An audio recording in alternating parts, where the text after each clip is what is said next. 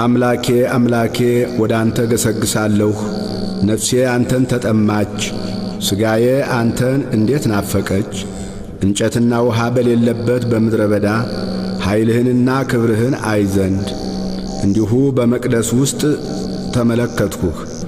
ምሕረትህ ከሕይወት ይሻላልና ከንፈሮቼ አመሰግኑሃል።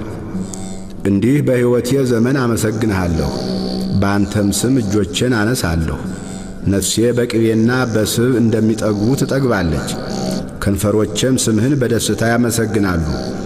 በመኝታዬም አስብሃለሁ፣ በማለዳም እናገርልሃለሁ።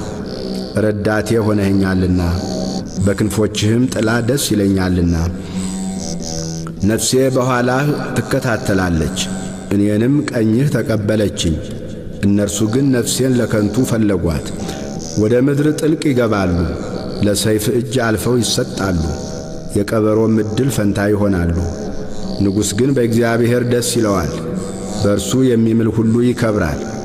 ሐሰትን የሚናገር አፍ ይዘጋልና።